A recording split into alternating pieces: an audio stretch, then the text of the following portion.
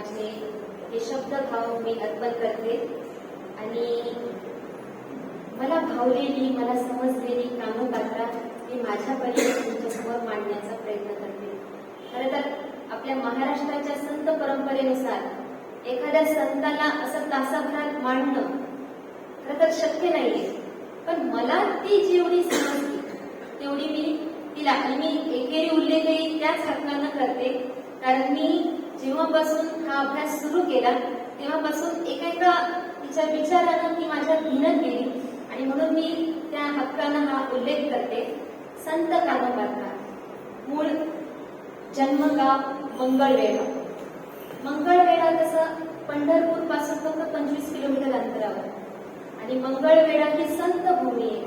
कारण दामाजी, चोखोबा, कर्मवेळा याची ती संत भूमी. त्यामुळं मंगळवेढ्याचं तेवढंच मोठं स्थान आहे, परंतु ते स्थान या संतांसाठी आहे. कान्होपात्रेसाठी ते जन्मगाव कधीच त्या स्थानाने परिपूर्ण नव्हतं. ते का नव्हतं?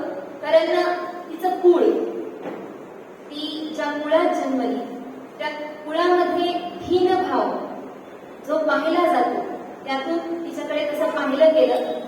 तिचा जन्मकाळ जो आहे तो अंदाजे 15वे शतक असं मानलं जातं.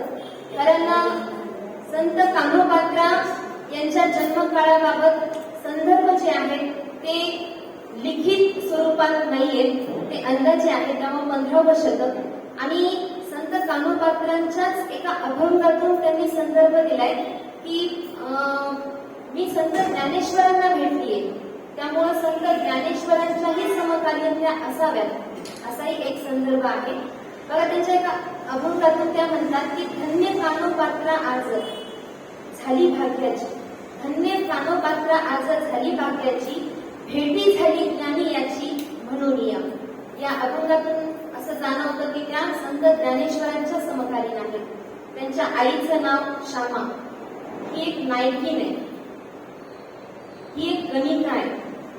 खरं तर नायकीन किंवा गणिका म्हणजे वेश्या नव्हे. आता सध्या तुम्ही जर का सर्च केलं किंवा वेगवेगळ्या माध्यमातून शोधलं तर असं उल्लेखित आहे की संत कानोपात्रा ही वेश्या होती, परंतु ती वेश्या नव्हती, वेश्या कुळातली नव्हती. तर संत कानोपात्रा ही नायकिनीची मुलगी होती. वेश्या आणि नायकिनीमध्ये फरक हा आहे की वेश्या ही दर दिवसाला वेगवेगळ्या पुरुषांसोबत शरीर विक्रय करते, परंतु नायकीन ही आयुष्यभर एकाच पुरुषासाठी समर्पित होते, त्याच्यासोबतच जीवन अर्पित करते. त्यामुळं संत कानोपात्राची जी आई आहे ती एक नायकीन होती आणि अर्थातच नायकिनीला समाजामध्ये दर्जा नव्हता, वडिलांचं नाव लावता येत नव्हतं, त्यामुळे त्यांच्या वडिलाचा लिखित स्वरूपात पुरावा नाही.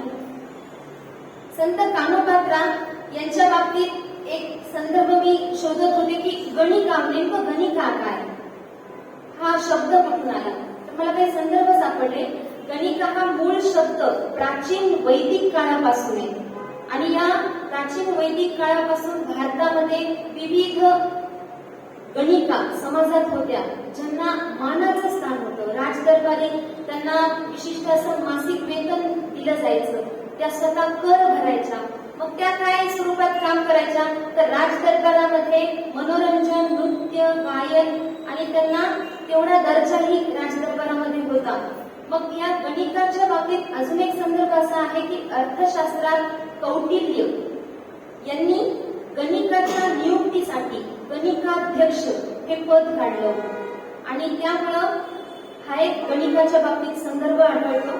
त्यानंतर बृहत्कल्प या जैन ग्रंथानुसार गणिकांना लेखन, गणित, कला, 64 कलाविद्या हे सगळं स्वीकारण्याचा, शिकण्याचा अधिकार होता. म्हणजे पुरातन काळी गणिका ह्या मान्य प्राप्त होत्या राजदरबारी. तत्कालीन परिस्थितीत कान्होपात्रा ही नायकिनीच्या पोटी आल्यामुळं समाजामध्ये मात्र नायकिनीच्या बाबतीत एक विरोधाभास असा होता की त्यांना तुच्छ मानलं जायचं, मान्यता नव्हती आणि त्यामुळं कान्होपात्रा यांना लहानपणापासून आईच्या सहवासात वावरताना आईला वाटायचं की हिनं आपलं पुढं चालवावं, आपलं कुळ पुढं चालवावं. दिसायला ती इतकी रूपवान होती, इतकी सुंदर होती आणि बालपणापासूनच तिला वेगवेगळे नृत्य, गायन तिला शिकवण्यासाठी शिकवणी सुद्धा सुरू केल्या होत्या, त्यामुळे ती निपुण होती. परंतु झालं असं की कान्होपात्रा हिला मात्र या व्यवसायामध्ये रस नव्हता आणि त्यामुळे मी हळूहळू स्वमग्न होऊ लागली. ती विचार करू लागली, मी कोण, मी या कुळात जन्माला आले, मी आले तर मी काय पाप केलं. आणि मंगळवेढा हे असं गाव होतं ज्या गावावरून वारी ही नेहमी जायची आणि प्रत्येकाच्या तोंडी वारकऱ्यांविषयीचा उल्लेख, अभंग, संतांची वेगवेगळ्या रचना तिने ऐकलेल्या होत्या. आणि तिच्या घरी विठ्ठल रुक्माईची मूर्ती सुद्धा होती, त्यामुळे तिला सुद्धा विठ्ठल भक्तीचा छंद लागला आणि ती त्यामध्ये स्वतःला मग्न ठेवू लागली आणि कुठेतरी या सगळ्यातून स्वतःला वेगळं समजू लागली. या सगळ्यामध्ये मला अजून एक बाब सांगायची, तिचं नाव कान्होपात्रा. मूळ बघा, कान्हा आपण कृष्णाला म्हणतो आणि गणिकांचं किंवा नायकिनीचं आयुष्य दुसऱ्यासाठी समर्पित असं तिच्या जन्मापासून तिने ऐकलेलं होतं. म्हणून कदाचित असा उल्लेख आहे की कदाचित तिनं ते नाव स्वतः धारण केलेलं असावं. मी कोणत्याही पुरुषाची होण्यापेक्षा मी देवाची, मी कान्हाचीच पात्र आहे, योग्य आहे, या अर्थाने कान्होपात्रा हे नाव धारण केलं असावं. आणि दुसरं असं की त्या काळी पात्र म्हणजे ठेवलेली बाई असा एक अर्थ लिखित स्वरूपात आहे. मग मी पुरुषाची ठेवलेली असण्यापेक्षा मी कान्हाची ठेवलेली बाई. माझा पती, परमेश्वर, वडील तिनं सर्वस्व स्वतःला समर्पित विठ्ठलाला केलं आणि त्यामुळं कान्होपात्रा हे नाव खऱ्या अर्थानं तिनं धारण केलं असावं, हा एक संदर्भ आढळून येतो. खरं तर कान्होपात्रेच्या बाबतीत असं म्हणावंसं वाटतं की उकिरड्यावर उगवलेली ती एक तुळस आहे.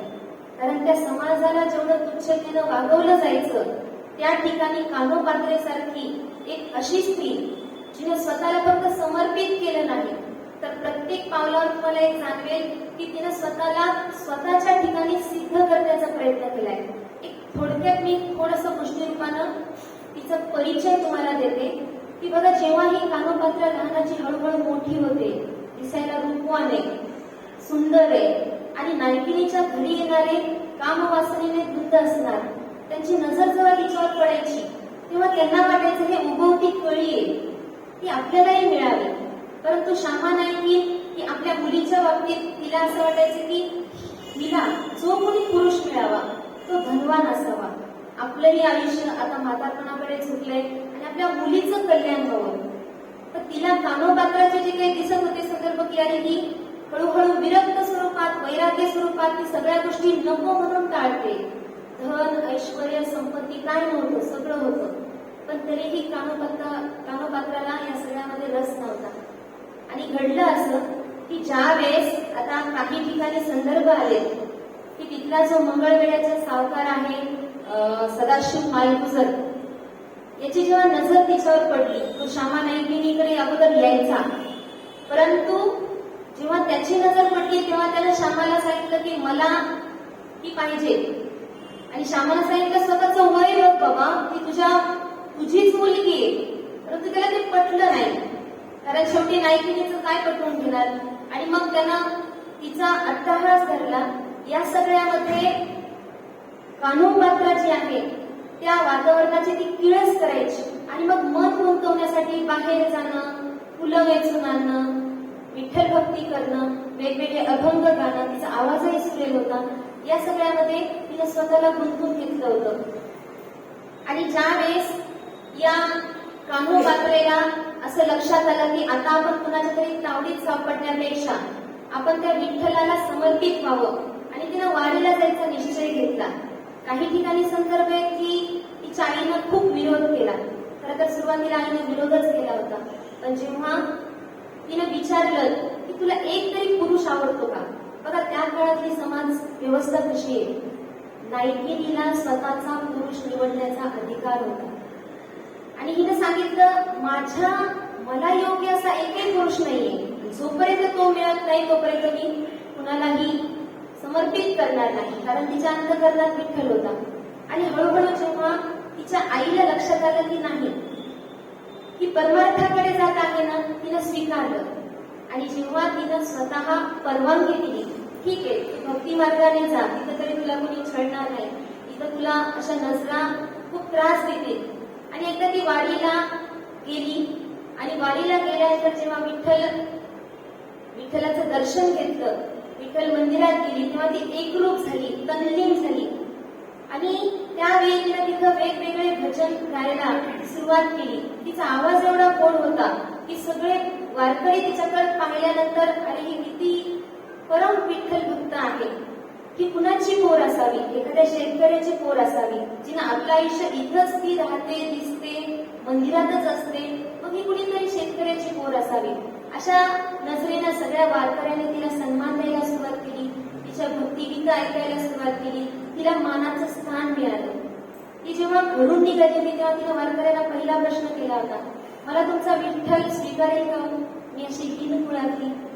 परंतु त्यांनी सांगितलं, अगं आमचा विठ्ठल किंवा आमचा वारकरी संप्रदाय हा सगळ्यांना सामावून घेणारा आहे, आणि म्हणून तू विठ्ठलाला नक्कीच तू भजन कीर्तन कर, तो 100% तुला सामावून घेईल आणि तू त्याला नक्कीच मिळवशील.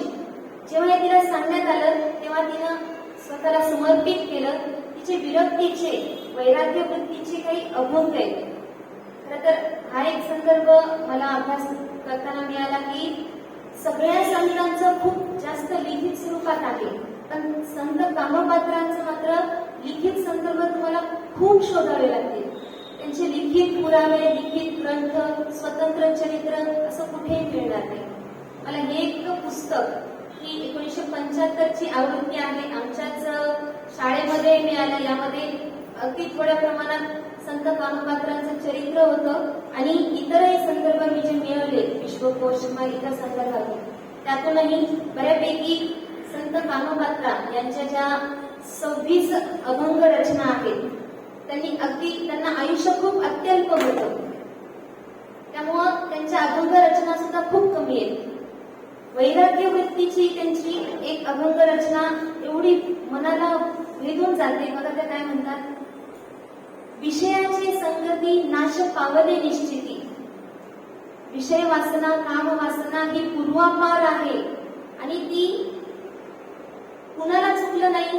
भगे पडले इंद्राला, भस्मासुर भस्म झाला, चंद्रा लागला कलंक, गुरु पत्नीसी रतीला देख, रावण मुखला प्राणासी, म्हणे कानोपात्रा दासी. प्रत्येक त्याच्या रचनेमध्ये त्या स्वतःला दासी म्हणून घेत आहेत. इथं दासी म्हणजे दास्य नाही, दासी म्हणजे समर्पण, आणि या समर्पण भावनेमध्ये त्यांनी स्वतःला झोकून दिले. आणि अशी ही संत कानोपात्रा जेव्हा त्यांच्या विविध अभंगाचा आपण वैशिष्ट्य रूपाने अभ्यास करू तेव्हा आपल्याला एक जाणवतं की त्यांच्या अभंगातला सुद्धा आत्मनिवेदनाचा आहे. त्या स्वतःला मांडू इच्छितात, सांगू इच्छितात, आणि ते सांगत असताना त्यांनी वेगवेगळे दाखले दिलेत आणि ते देत असताना त्यांनी पूर्णतः मी विठ्ठलाची दासी आहे, मी विठ्ठलाला समर्पित करते या स्वरूपात अभंग गायले. जन्मजात जो त्यांचा व्यवसाय होता त्याचा उल्लेख त्यांनी केलाय, परंतु त्या व्यवसायाला नकारही तेवढ्याच ठामपणे दिलाय.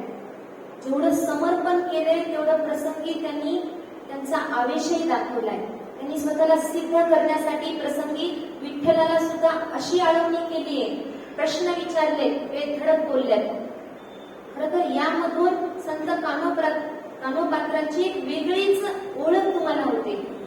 जेवढं ती समर्पित, सहज, अगदी लीन होऊन करते, तेवढंच तिच्यावर जेव्हा आघात होतो तेवढ्याच धाडसानं ती व्यक्तही होते.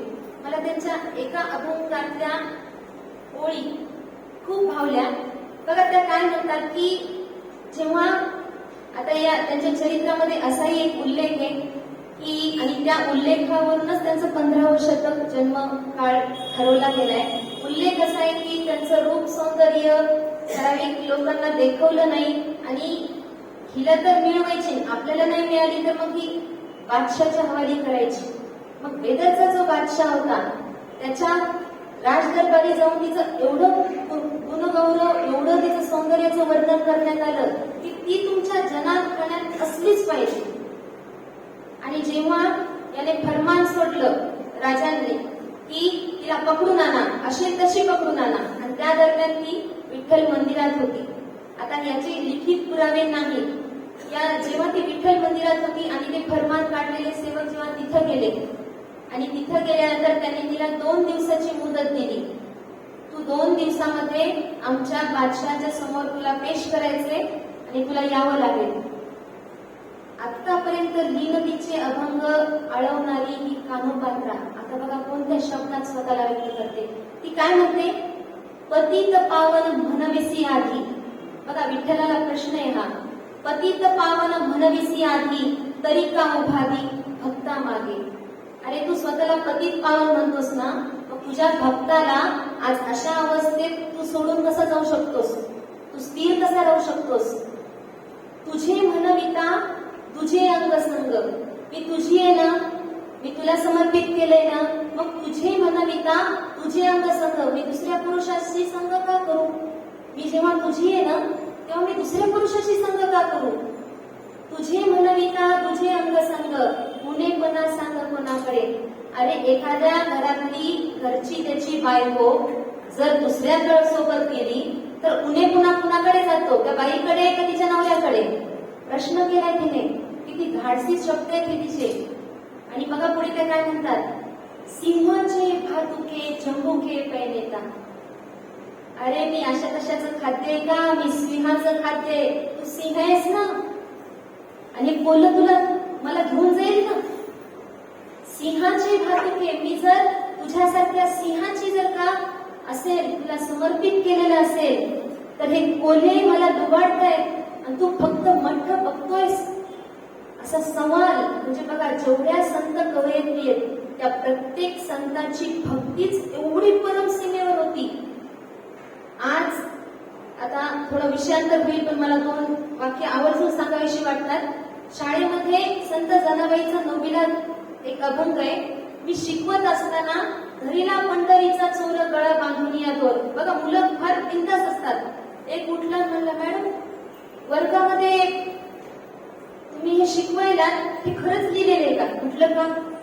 काही नाही म्हणला. कोणत्या मंदिरात जा, पाया पडल्यानंतर मी पाहिले लोक असं करतात. मग असं म्हणजे मला ते म्हणतात चूक भूल माफ कर रे बाबा. मग जे देवाला चूक भूल माफ कर म्हणतात, इथं डायरेक्ट देवाला चोर म्हणायली, इथं डायरेक्ट देवाच्या गळ्यात दोर बांधायचा म्हणायली. म्हणजे तिच्यात ती ताकद आहे. जिद्दीनं केलेलं आणि परम निष्ठेनं केलेलं जर का काम असेल तर तुमच्यात ती क्षमता आपोआप येते. तसं इथं संत कानोपात्रा काय सवाल उठवते की सिंहाचे भातुके जंबुके पैनेता. अरे मी सिंहाचं खाते आणि कोल्ह घेऊन चालले. थोराची या माथा लाज वाटे. तुला लाज वाटायला पाहिजे. बघा काय शब्द आहेत. मला इथे मात्र कानोपात्रा एक परखड अशी लढवय्या वाटते, जी एवढ्या नंतर काही अभंगात पुढे तुम्हाला दिसेल, जी एवढी शरण लीनता घेते, ती स्वतःचा शील जपण्यासाठी तेवढीच परखड होते. आणि पुढे ती म्हणते, म्हणे कानोपात्रा देह समर्पण करावा, जतन व्हावा पित्रासाठी. माझ्या शीलासाठी मी माझा देह समर्पण करेल. कारण मी एकदा तुला मानलंय ना, तू एकदा मला मानलंय ना, तर तुम्हाला कुणाच्या हवाली करू नकोस. असं संत कानोपात्रेचं वर्णन खऱ्या अर्थानं तिला श्रेष्ठ, फक्त श्रेष्ठताच नाही तर तिला स्त्रीत्व जपणारी एक संत कवयित्री. मला आवर्जून एक उल्लेख करावासा वाटतो. योगायोग बघा, मी माझ्या शिक्षण क्षेत्रातही अशी लोक शोधते की अशी कोण आहेत ज्यांना कोणतीच पारंपरिक अशी कोणती वैचारिक भूमी मिळाली नाही, ज्यांना कोणती रूढीवादी त्यांच्या परंपरेनुसार काहीही मिळालेलं नाही, पण त्यांनी वेगळं आपलं वेगळी ओळख फक्त सिद्ध नाही केली, इतरांसाठी ती दाखवून दिली. आणि योगायोग संत कानोपात्रा एकमेव अशी स्त्री संत आहे जिला कोणीही गुरु नव्हता, जिला कोणतीही पार्श्वभूमी नव्हती, जिला मुक्ताई पहा, जनाई पहा, जनाई नामयाची दासी, नामदेवांचा आधार होता हो तिला. मुक्ताईला तिच्या भावंडांचा आधार होता, हिला कुणाचा आधार होता? आई सुद्धा एका क्षणी तिच्यावर विरोधक म्हणूनच होती, तू माझा मैत्रिणीचा कुळ पुढे ने. पण तरीही स्वतःचं स्वत्व सांभाळून तिनं स्वतःला प्रत्येक पावलावर सिद्ध केलंय. या संत कानोपात्रांच्या अभंगाचं दुसरे एक वैशिष्ट्य मला फार भावलं, ते म्हणजे अतिशय साधी भाषा शैली याची. कुठेही तुम्हाला जड पोचड असे अवघड शब्द नाही जाणवणार. सरळ सरळ ती बोलते आणि त्यामुळे ती सहज आपल्याला कळते, जाणवते. बघा, ती म्हणते, ज्याची घेता मुक्ती नाम ठाकी पडे काळ यम. माझ्या विठ्ठलाचं जर तुम्ही नामस्मरण केलं तर काळ जो आहे यम, तो सुद्धा काय होईल? मागे पडेल. ऐशी नामाची थोरवी उद्धारिले दुराचारी. दुराचार्यांना सुद्धा तिने, विठ्ठलाने उद्धार केलाय. नष्ट गणिका आजा मेळा वाल्मिकी झाला तो स्वज्वळ. ऐशी नाम माळा कानोपात्रा द्याली गळा. आता ह्या अभंगामध्ये मला अजून एक शब्द खटकला आणि मी थोडा शोधला. नष्ट गणिका अजामेळा. मला काय वाटलं, एकतर गणिका अजामेळा नावाची कोणीतरी गणिका असावी, पण जेव्हा शोधलं तेव्हा असं सापडलं की अजामेळ नावाचा एक ब्राह्मण होता. आणि ही वैदिक काळातली एक गोष्ट आहे, महाभारताच्या पुराणातली एक गोष्ट आहे की अजामेळ नावाचा गणिकेच्या सहवासात राहून तो भ्रष्ट झाला, पतित झाला, तो पापी म्हणून गणला गेला. आणि ज्या वेळेस गणिकेचा संदर्भ असूनही एका क्षणी जेव्हा गणिकेच्या तोंडी मुखी नाम आलं, त्याच्यामुळे अजामेळ पावन झालाय.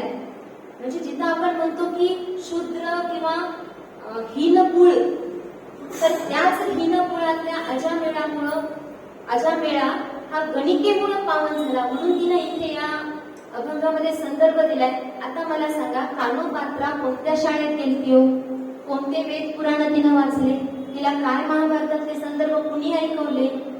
जिचं कुळ नायकिनीच आहे, जिथं फक्त गाणी जी कानावर पडतायत ती फक्त अश्लील स्वरूपाची, कामनांत स्वरूपाची, वासनेची, तिथं हिनं अभ्यास एवढा केलाय. विचार करा, मुळात तिचं कुळ तिनं स्वतःला स्पर्श सुद्धा दिलं नाही. तिनं जन्मापासून स्वतःला समर्पित केलं होतं, वैराग्य वृत्तीत जी वागली, त्यामुळं कुठेतरी तिनं हा सगळा शास्त्रांचा अभ्यास प्रत्येक पावलावरती करत गेली. आणि अशी ही माळ तिनं आपल्या गळ्यात घातली आहे. इथं संत तुकारामांच्या गाथेतला एक संदर्भ देवीचे ते सुद्धा म्हणतात, पाहिले अपराध नाही याती कुळ. कुळाविषयी प्रत्येकानं बोललेले, ज्ञानेश्वरांनी बोलले, तुकारामांनी बोलले, परंतु कानोपात्रा जेव्हा कुळाविषयी बोलते तेव्हा त्या कुळातली असूनही तिच्या शब्दाला तेवढं स्थान आहे, तेवढं वर्चस्व आहे. केवळ तिची वृत्ती प्रवृत्ती एक आहे. बोलणं आणि वाक्य जर वेगळं असेल तर आपल्यावर कोणी विश्वास ठेवणार नाही. पण कानोपात्रा बोललीही आणि तशी वागलीही. स्वतः परम वैराग्यामध्ये तिने स्वतःला ठेवलं होतं. कानोपात्रेच्या बाबतीत अजून एक मला सांगायचं की देहावरील स्वतःच्या हक्काची जाणीव, हे एक वैशिष्ट्य मला जाणवलं. एरवी आपल्या सगळ्यांना आपल्या रूपाचा थोडाफार का होईना अहंकार म्हणा किंवा थोडंफार तरी आपल्याला वाटत असतं, मी छान दिसावं, हे दिसावं. कानोपात्रानं आपल्या अभंगात म्हणले की माझं सौंदर्य हा मला शाप आहे. या सौंदर्यानं मला पावला पावलावर खूप त्रास दिलाय. हे भगवंता तू मला हे सौंदर्य का दिलंस? तिचं गाणं एवढं अप्रतिम होतं, ती गायला लागली की मंत्रमुग्ध होऊन वारकरी सगळे तल्लीन व्हायचे. म्हणून ती म्हणली, रूप माझ्या हातात नाही पण स्वर माझ्या हातात आहे. आणि म्हणून तिनं नंतरचे प्रत्येक बोल स्वतःला विठ्ठलाला समर्पित करून गायलेले आहेत. त्यानंतर आणखीन एक बाब, तिच्या अभंगाचं आणखीन एक वैशिष्ट्य असं आहे की जन्मजात ओळखीच्या पलीकडची जाणीव तिला खूप लवकर झाली. तुम्हाला खोटं वाटेल, एक संदर्भ असा आहे की संत कानोपात्रा फक्त वयाच्या 15-16 वर्षीच, म्हणजे 15-16 वर्षच तिला आयुष्य लागले. आता 15-16 वर्षाची पोर म्हणजे काय हो, आपण म्हणतो अल्लड वय, त्याला काय कळते. पण ही एवढ्या कमी वयामध्ये ती एवढी थोर पदाला पोहोचलीये. म्हणून कुठेतरी मला वाटतं की सगळ्या स्त्री संतांमध्ये आपण संत कानोपात्रा, जिला कोणतीही पार्श्वभूमी नव्हती, जिला कोणत्याही पाठबळ नव्हतं, तिने आपलं हे स्थान जे मिळवलंय ते खरोखरच खूप ग्रेट आहे. त्यांच्या अभंगामुळं, त्यांच्या प्रवृत्तीमुळे त्यांना वारकरी संप्रदायात जे स्थान मिळाले, आणि इथं खरं तर वारकरी संप्रदाय खूप यशस्वी झालाय, खऱ्या अर्थाने यशस्वी झालाय. 11व्या-12व्या शतकापासून, खरं तर 12व्या शतकापासून आपली संत परंपरा चालत आली. परंतु इकडे विदर्भामध्ये जर तुम्ही पाहिलं, रिद्धपूर या ठिकाणी महानुभाव संप्रदाय 11व्या शतकामध्ये चक्रधर स्वामी गेल्यापासून तेव्हापासून सुरू झाला. विचार करा, 12व्या शतकापासून जी ही संत परंपरा पुढे येत होती, त्यामध्ये स्वतः कानोपात्रेने उल्लेख केलाय की मला संत ज्ञानेश्वर भेटले. गृहीत धरूयात ती त्या काळातली. एका ठिकाणी बेदरच्या बादशाह उल्लेख आहे की ती 15व्या शतकातली. जे काही असेल, परंतु संत कानोपात्रेनं वारकरी संप्रदायात जे स्थान मिळवलं ते स्थान मात्र अढळ आहे. कारण सकल संत गाथेमध्ये संत कानोपात्रेचे जवळपास 23 अभंग त्यांनी घेतले. फक्त घेतले नाही, एकमेव असा वारकरी संप्रदाय आहे ज्या संप्रदायामध्ये कुळ गोत्र हे काहीही पाहिलं जात नाही. फक्त आणि फक्त तुमची निस्सीम भक्ती, श्रद्धा या तत्वावरच तुम्ही सर्वश्रेष्ठ पद मिळवू शकतात, आणि ते संत कानोपात्रेनं मिळवलं. मला त्यांच्या आणखी एका अभंगाविषयी उल्लेख करण्याआधी मी पुन्हा एकदा त्या गोष्टीतला थोडा संदर्भ सांगते, जो संदर्भ मला या पुस्तकात भेटला. तो संदर्भ असा आहे की ज्या वेळेस संत कानोपात्रा आता सगळं सोडून आल्यात, त्या विठ्ठल मंदिरात आल्यात, आणि विठ्ठल मंदिरात आल्यानंतर त्या एका धर्मशाळेत थांबलेल्या होत्या. बघा, काम वासनेचे लाडगे त्यावेळेसही होते आणि ते आताही आहेत. स्त्रीला त्यावेळेसही झगडावं लागलं आणि आताही झगडत आहे. तिथे घडलं असं की एक असा गुरु महाराज होता भामटा, की ज्याने हिचं रूप पाहिलं, हिच्यावर वाढला. नुसता वाढला नाही, खूप पोहोचलेला होता. यानं काय केलं, आपले 2 शिष्य त्यांना पढवलं की विठ्ठलाची भक्त आहे, हिला मला मिळवायचं असेल तर मला फासही तसाच टाकावं लागेल. तुम्ही पुढे जा, धर्मशाळेत जा, तिच्या अवतीभोवती तुम्ही थांबायचं. काय म्हणायचंय ते पडून गेलं होतं. आणि हे गुरु महाराज स्थिर शांत बसले. या शिष्याने काय केलं, दोघांनी तिच्या बाजूला बसून मस्त संवाद सुरू केला. अरे, काल गुरु महाराजांच्या आश्रमात काय काय मी काय बघितलं रे, तू पाहिजे होतास. काय माऊली, काय बघितलं? अरे काय सांगू, आश्रमात जेव्हा गुरूंच्या खोलीत गेलो, अरे बापरे, माझे तर डोळे दिपले. अरे तू काय बघितलंस? अरे तू पाहिजे होतास रे. तुला माहितीये, जेव्हा मी गुरु महाराजांच्या खोलीत गेलो, प्रत्यक्ष पंढरीनाथ बसलेले आणि त्यांच्या पायाशी हे पाय चेपतायत. आणि त्यावेळेस पंढरीनाथ काय म्हणले माहितीये का? वत्सा, अरे तुझा कोणताही शिष्य येऊ दे, मी त्याला मोक्ष देईन. खरोखर गुरु महाराज पाय चेपत होते पंढरीनाथाचे. मग काय माऊली, तुम्हीच भाग्यवान, तुमच्याच पाया पडू द्या म्हणून त्या एका शिष्यानं त्याचे पाय धरले.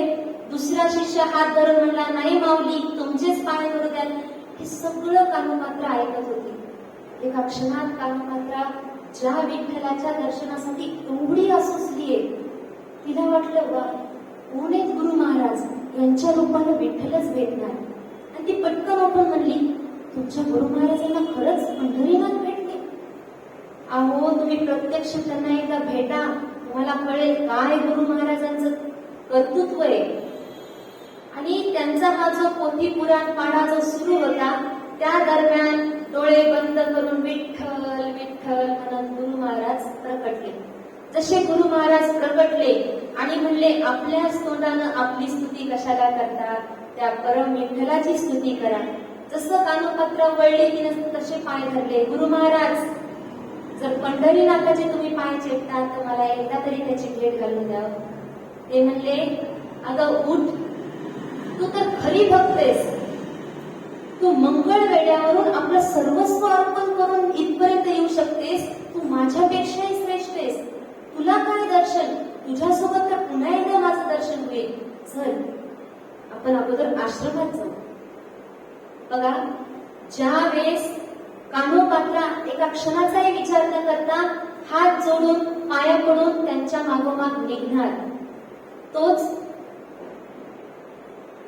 धर्मशाळेच्या बाहेरून जाणारे एक वृद्ध वारकरी, त्या वृद्ध वारकऱ्यांनी खुणवलं, हात केले, मी हिनकुळातला पाणी पाच. कान्होपात्रा लगबगली आणि कान्होपात्रेने विचार केला, अरे मी पण हिनकुळातली वारकरी असून तुम्ही असं का म्हणायला? आत्ता पाणी देते. ती गेली आणि बघितलं पाणी नव्हतं. ती गुरु महाराजांना म्हणाली, मी यांना आधी पाणी देते. गुरु महाराज म्हणले, ठीक आहे, मी पुढे जातो, तुम्हाला यायचं का रे? शिष्यगणांना ज्यावेळेस म्हणले त्यावेळेस, महाराज आम्ही बाईला सोबतच घेऊन येतो. शिष्यगण थांबले. ज्या वेळेस ती पाणी आणायला बाहेर गेली, तो वृद्ध वारकरी तिला म्हणला, अगं वेडे, भाग्यवान आहेस, तू वाचलीस. तो कोण होता माहितीये तुला? ती म्हणली, बाबा तुम्ही मंगळवेड्याचे? हो, अगं मी मंगळवेड्याचा. बघितलं नव्हतंस का? वा, दरवारी मी चुकवत नाही, मलाच विचारलं होतंस की विठ्ठल मला घेईल का म्हणून. बाबा असं का म्हणायला? ते तर गुरु महाराज. कशाचा गुरु महाराज?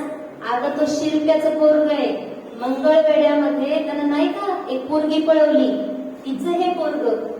आणि जेव्हा हे कान्होपात्राला कळलं तेव्हा तिनं धडधडाती रडायला लागली, अरे इथं तरी माझा पिछा सोडा. तुम्ही जर का मला मिळवण्यासाठीच एवढा घाट घालत असाल तर मी आत्ता या क्षणी स्वतःला विठ्ठल म्हणून समर्पित करते. तिच्यामध्ये एवढी क्षमता होती, तिच्या भक्तीमध्ये एवढी क्षमता होती. आणि त्या ठिकाणी त्या वृद्ध वारकऱ्यामुळं ती बचावली. ज्या वेळेस, परंतु वारकरी हुशार होता, त्यानं पुढचं पाऊल असं केलं की नाही, हा पुन्हा कुणाला तरी हे करणार. तू काय कर, तू त्या शिष्यांसमोर, त्या गुरु महाराजांसमोर चल. आणि ती तडक विठ्ठल मंदिरात गेली, आश्रमाकडून विठ्ठल मंदिरात गेली. आणि जाताना तिनं जो अभंग आळवला, त्या अभंगामध्ये तिनं या कामवासनाधंद सगळ्या लोकांना चांडाळ किंवा हीन प्रवृत्तीचे जे म्हटलं, त्यावरून त्या गुरु महाराजांच्या लक्षात आलं की आपलं बिंब फुटलंय आणि त्यांनी काढता पाय घेतला. हा एक संदर्भ या पुस्तकामध्ये आहे. म्हणजे बघा, तिला पावला पावलावर किती गोष्टींना सामोरं जावं लागलं आणि तरीही कोणत्या ना कोणत्या रूपात तिला विठ्ठल रूपी प्रसाद मिळाला. ती वाचली, तिला स्वतःचं शील जपता आलं आणि म्हणून कुठेतरी या विठ्ठल भक्तीमध्ये तिनं स्वतःला गुंतवून घेतलं. पण एका ठिकाणी संदर्भ असा येतो की ती पळ काढून काढून किती काढणार. जेव्हा बादशाहचं फरमान सुटलं होतं तेव्हा मात्र सेवक बाहेर थांबलेले आणि तिला मुदत दिली होती. मुदत संपली. ती शेवटचं म्हटली की बाबा मला आता न्यायचंय ना, ठीक आहे मी तयार. एकदाच मला त्या विठ्ठलाच्या पायावर डोकं टेकवायचंय, मी तेवढं डोकं टेकून येते. आणि त्यावेळी तो अभंग आहे की नको देवराया अंत आता पाहू. खूप गाजलेला अभंग येतो.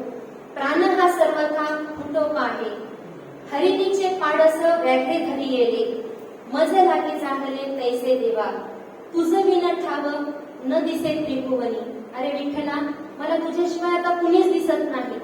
जसं हरणाला एखाद्या वाघानं पकडावं तशी माझी आता अवस्था आहे. आता तरी तू धावून ये. धावे हो जनाई विठाबाई, मोकलोनी आस जागले उदास, घेई कानोपात्रेस हृदयात. आणि असं म्हणलं जातं की या अभंगाच्या शेवटीच पायावर डोकं टेकून संत कानोपात्रांनी आपला जीव सोडला.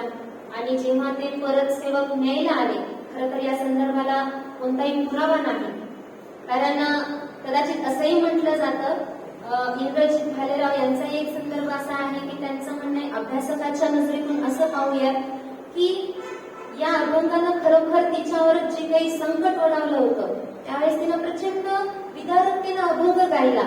पण पुढे त्यांचे असेही अभंग आहेत की मी आनंद आनंदित आहे का माझ्यावरचं संकट टळलं. मग कदाचित ते सेवक किंवा ते जे बादशाहचे माणसं होते निघून गेले असतील किंवा त्या ठिकाणी तिला त्या संकटातून कोणत्या तरी रूपात बचावलं असेल आणि नंतरचे तिचे जे काही अभंग आहेत. म्हणून म्हणजे सांगायचं तात्पर्य एवढंच की यामागची जी काही दंतकथा आहे तिनं प्राण त्या ठिकाणी सोडला हे न गृहीत धरता एक अभ्यासकाच्या नजरेतून नंतरच्या काळातही तिनं विठ्ठल भक्ती कायम सुरू ठेवली आणि स्वतःला विठ्ठल चरणी समर्पित केलं. संत कानोपात्रेबाबत मला आणखीन एक बाब तुम्हाला आवर्जून सांगायची की जेव्हा मी गणिका शब्द शोधत होते तर कानोपात्रेचं स्थान एवढं अढळ आहे की बघा, भारतीय संस्कृतीतली संत परंपरेमधले हीन कुळातल्या व्यक्तिरेखा आणि त्यामधली कानोपात्रा. तसा अजून एक संदर्भ असा येतो पाहिलं तर हे खरं तर तुलना कानोपात्रा सर्वश्रेष्ठ आहे. आम्रपाली ही बौद्ध धर्म ग्रंथामध्ये ती सुद्धा हीन कुळातली, ती एक गणिका, परंतु तिला नंतरच्या आयुष्यात ते स्थान प्राप्त झाले. कानोपात्रेनं मात्र जन्मापासून आपलं स्थान अढळ ठेवले. हे खऱ्या अर्थानं इथं आवर्जून नमूद करावं असं वाटतं. आणि आणखीन एक उल्लेख असा आहे की जगभरातल्या ज्या विविध संस्कृतीमध्ये गणिका आहेत त्या गणिकामध्ये उच्च स्थान गाठणाऱ्या ज्या गणिका आहेत त्या स्त्रियांमध्ये जशी आम्रपाली आहे तशी एक ग्रीक हेटायरा यांचा एक उल्लेख का करावा असा वाटतो, कारण त्यांनी सुद्धा नंतरच्या काळामध्ये आपलं सर्वस्व ते समर्पित केलं आणि एका उच्च पदाला ग्रीक संस्कृतीमध्ये त्या हेटायरा जाऊन पोहोचल्यात. पण या दोघींच्या तुलनेतही या दोघींनाही पार्श्वभूमी होती, यांच्यापेक्षाही श्रेष्ठ स्थान आणि आपलं स्त्रीत्व आपलं सत्व जिनं हरू दिलं नाही अशी एकमेव पूर्ण जगाच्या पातळीवर स्त्री संत आहे ती म्हणजे कानोपात्रा.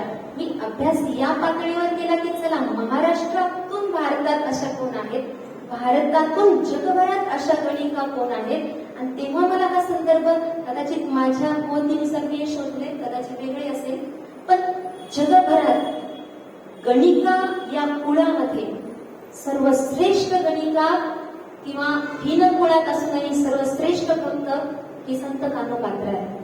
कारण ज्या ग्रीक हेटायराचं मी नाव घेतलं त्यांनी सुद्धा आपलं अढळ स्थान ग्रीक संस्कृतीत निर्माण केलं, परंतु केव्हा त्यातही त्यांना सगळ्या गोष्टी सहन करून नंतर ते स्थान मिळाले. पण हिनं जन्मापासून आपलं शीलत्व ढळू दिलेलं नाही आणि ते सर्वश्रेष्ठ आहे. म्हणून संत कानोपात्राच्या बाबतीत त्यांचा एक अभंग आवर्जून इथे म्हणावासा वाटतो की ती काय म्हणते बघा, की जेव्हा संत कानोपात्रेनं भक्तीचं आवाहन केले तिला खऱ्या अर्थानं ती तल्लीन झालीये, तेव्हा ती म्हणते घ्यारे घ्यारे मुखी नाम अंतरी धरोनिया प्रेम माझा आहे भोळा बाप घेतो ताप हरवणी आपुलिया नामासाठी धावे संकटी लवला आहे घ्यारे घ्यारे अनुभव कानोपात्रेचा माधव. तुम्ही अनुभव घ्या आणि मग ठरवा असं या अभंगातून तिला सांगायचंय. आणि माझा माधव नक्कीच तुम्हाला हरणार, तुमच्या संकटातून तुम्हाला मुक्त करणार असं कानोपात्रा यांनी या अभंगातून मांडले.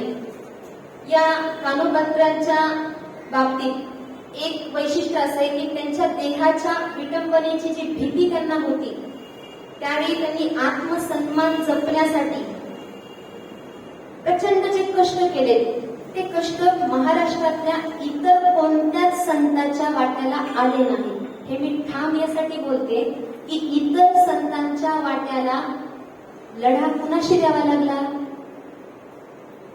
समाजातल्या त्यांच्या जे काही बहिष्कार त्यांच्यावर घालण्यात आला, त्यांच्या जातीभेदाबाबत, त्यांच्या हीनकुळाबाबत, परंतु कानोपात्रेला आत्मसंवाद, आत्मनिवेदन, स्व जाणीव या सगळ्यातून स्वतःला घेऊन लढावं लागलं. तसं इतर संतांच्या बाबतीत नाही घडलं. त्यांना समाजाशी लढताना केवळ ठराविक एक सामाजिक समस्या म्हणून जातीभेद, बहिष्कार सगळ्या सामाजिक समस्यांशी लढावं लागलं. परंतु कानोपात्रेला ती स्वतः एक स्त्री आहे, तिचं शील जपण्यासाठी लढावं लागलं आणि दुसरं तिला स्वतःला प्रत्येक वेळी सिद्ध करण्यासाठी लढावं लागलं. म्हणून कुठेतरी संत कानोपात्रेच्या बाबतीत हे आपल्याला म्हणावं लागेल की खरोखर संत कानोपात्रा या त्या एका ठिकाणी म्हणतात, दीनपतित अन्यायी शरण आले विठाबाई, मी तो आहे याती हीन न कळे काही आचरण, मज अधिकार नाही शरण आले विठाबाई. प्रत्येक वेळी त्यांच्या आळवण्यामध्ये जो नम्र भाव आदरभाव दिसतो त्या स्वतःला समर्पित करतात. ठाव देई चरणापाशी तुझी कानोपात्रा दाशी. आणि अशा या सामाजिक मूल्य जपणाऱ्या उपेक्षित वर्गामध्ये आध्यात्मिकतेची जडणघडण करणाऱ्या संत कानोपात्रा या खरोखर सर्वोच्च स्थानी आहेत. या प्रसंगी मला जाता जाता मी शेवटचं एकच सांगू इच्छिते की संत कानोपात्रा यांचा अभ्यास करत असताना मी जे काही संदर्भ वापरले त्यांचा इथे आवर्जून उल्लेख यासाठी करते की संत कानोपात्रेंचे आपण समीक्षात्मक लेखन पाहिलं किंवा इतरही लेखन पाहिलं तर तारा भवाळकर समीक्षक आहेत आणि आपल्या सर्वांना संमेलनाच्या अध्यक्षा म्हणून परिचित आहेत. त्यांनी एक ग्रंथ लिहिलाय, वारकरी संप्रदायातील स्त्री संत. खरं तर हा ग्रंथ अंधश्रद्धा निर्मूलन समिती यांच्या अंधश्रद्धेविरोध म्हणजे अंधश्रद्धा न जुमानणारी संत परंपरा या अनुषंगाने हा ग्रंथ आहे आणि त्यामध्ये संत कानोपात्रेचा संदर्भ आलेला आहे. विश्वकोशामध्ये सुद्धा 15व्या शतकाचा उल्लेख आलेला आहे. विश्वकोशामध्ये पण हा संदर्भ आहे. महिपती भक्त विजय हा एक जो ग्रंथ आहे या ग्रंथामध्ये जवळपास 25 अभंग संत कानोपात्रांचा इथे संदर्भ आलाय आणि एकमेव अशी संत आहे ज्या स्त्री संताला प्रत्यक्ष पांडुरंगाच्या मंदिरात स्थान मिळाले. तुम्हाला सगळ्या संतांच्या समाधी ह्या विठ्ठल किंवा पंढरपूरच्या परिसरात नामदेव पायरी सगळ्या तिथं भेटतील, पण एकमेव अशी संत आहे जिनं प्रत्यक्ष मंदिरामध्ये प्रवेश मिळवला आणि मंदिरातच त्यांची समाधी आहे. आता एक उल्लेख असाही आहे की त्या समाधीच्या ठिकाणी तरटीचं झाड आहे. खरं तर वारकरी संप्रदायातले गाजलेलं व्यक्तिमत्व बाबा महाराज सातारकर यांनी त्यांचं एक भाग 2 संत कानोपात्रांच्या याच्यावर एक उल्लेख असा केलाय त्यांनी तिथे की ते म्हणतात, अहो ही आमचा वारकरी संप्रदाय किती श्रेष्ठ तुम्हाला कसं सांगायचं. आम्ही तुळसही मानतो, आम्ही बेलही मानतो, तुळस मानतो, बेलही मानतो. जर तुम्ही पंढरपूरला जाल तर एक काटेरी फक्त काटेरी वेल आहे तरटीचा, त्या वेलाचे पानं सुद्धा वारकरी सोबत घेऊन येतात. काय म्हणतात, आपला प्रवास सुखाचा होईल, कानोपात्रेचं पान घ्या. आणि तो तरटीचा वेल आम्ही जसं तुळस मानतो, जसा बेल मानतो, तसा आम्ही काटा पण मानतो. असा आम्ही सर्वगुण संपन्न वारकरी संप्रदाय आहोत, असं त्यांनी उल्लेख केलेला आहे. तारा भवाळकर यांच्याच एका वारकरी संप्रदायातील स्त्री संत या पुस्तकामध्ये त्यांनी हे संदर्भ दिले की सदाशिवराव माळुसकर किंवा हौसातीची दासी होती, हे कुठेही संदर्भ नाही म्हणून त्या मानत नाहीत. आणि म्हणूनच मी मगाशी उल्लेख करताना तो खुलासा केला की त्याचा कुठे लिखित पुरावा नाही. दंतकथा कीर्तनकार यांच्या माध्यमातून ते म्हणल्या जातं एवढंच. त्यानंतर आणखीन एक संदर्भ मला जो सापडला तो प्रत्यक्ष मंगळवेढ्याला जुन्या हस्तलिखिताचे अभ्यासक आणि संग्राहक आहेत वाद मंजूर यांनी मंगळवेढा या ठिकाणी काय केलं, त्या परिसरामध्ये अभ्यास करत असताना तिथली घरं किंवा वेगवेगळ्या ठिकाणचे संदर्भ शोधले आणि तिथे एक व्यक्ती होता ज्याने स्वतःचं नाव प्रकाशित करू दिलं नाही आणि त्या व्यक्तीनं एक छोटेखानी बाळ हा संदर्भ ग्रंथाला अनुसरूनच वापरला जातो. ते बाळ वालमंजूर यांच्या हवाली केलं आणि त्याच ठिकाणी बसबिलक नावाचे जे आहेत त्यांनी जवळपास 36 ओव्यांचा संग्रहित एक चरित्ररूपी ओव्या संत कानोपात्रावरच्या त्यांनी वालमंजूर यांच्या हवाली त्या केल्या. हे अभ्यासक आहेत, जुनी जेवढे हस्तलिखित आहेत ते जमा करणं, ते पुरावे शोधणं, संदर्भ लावणं हे अभ्यासक म्हणून ते करतात आणि त्यांनी नंतर ते प्रकाशित केलं. या ज्या 36 ओव्या आहेत त्या जवळपास इसवी सन 1717 मधल्या असाव्यात असा त्या ओव्यांच्या जेव्हा अभ्यासकांना मिळाल्या त्यावेळेस त्यांनी तो संदर्भ दिलाय. सुमारे 2.5 वर्षापूर्वीची ही नोंद खऱ्या अर्थानं मराठीचं वैभव मांडणारी आहे आणि म्हणून कुठेतरी देवनागरी लिपीतलं हे जे वैभव आहे ते त्यांनी अतिशय जपून ठेवलं आणि आता ते प्रकाशनाच्या मार्गावर आहे. वालमंजूळ यांनी ते मांडलेलं आहे. त्यानंतर सकल संत गाथेमध्ये संत कानोपात्राची जवळपास 23 अभंगाची नोंद आहे. त्यानंतर 8वा जो संदर्भ मला मिळाला तो आहे आला संतांचा मेळा भाग 9. हा 9वा भाग आहे आणि याची आवृत्ती प्रकाशित झाली आहे. पहिली आवृत्ती ऑगस्ट म्हणजे योगायोग हा ऑगस्ट आणि ऑगस्ट 1975 साली याची पहिली आवृत्ती. याची जवळपास बरेचसे पानं खूप खिळखिळे झाले. आम्ही ते शिवून घेतले आणि ही आवृत्ती यामध्ये त्यांनी याचे लेखक आहेत म.वी. गोखले आणि ही याच्यामध्ये त्यांनी लघु रूपामध्ये त्यांचं चरित्र मांडले, त्यांचे अभंग मांडले आणि कानोपात्रांचं चरित्र मांडत असताना इतर जे संत आहेत त्या संतांपैकी संत लाखा, संत कुर्मदास, जोगा परमानंद आणि संत कानोपात्रा असे 4 चरित्रमय ग्रंथ म्हणजे लघु चरित्र या पुस्तकामध्ये मांडलेले आहेत. खर तर या सगळ्या अभ्यासातून मला कानोपात्रा खरोखर अंतःकरणातून भावल्या. कारण जिला कोणतीच पार्श्वभूमी नाही तिनं आपलं स्थान निर्माण करणं हे माझ्यासाठी सर्वोच्च आहे. ज्याला पाठबळच जन्मापासून मिळालं त्यांनी मिळवणं एक वेळ सहज सोपं आहे, पण जिला काहीच नाही मिळालेलं तिनं स्वतःला सिद्ध करणं हे खरोखर खूप मोठं आहे. मी खरं तर संयोजकांचे मनापासून धन्यवाद मानेन की मला अभ्यास करायला त्यांनी संधी दिली आणि असा अभ्यास करायला मला खरोखर आवडतं.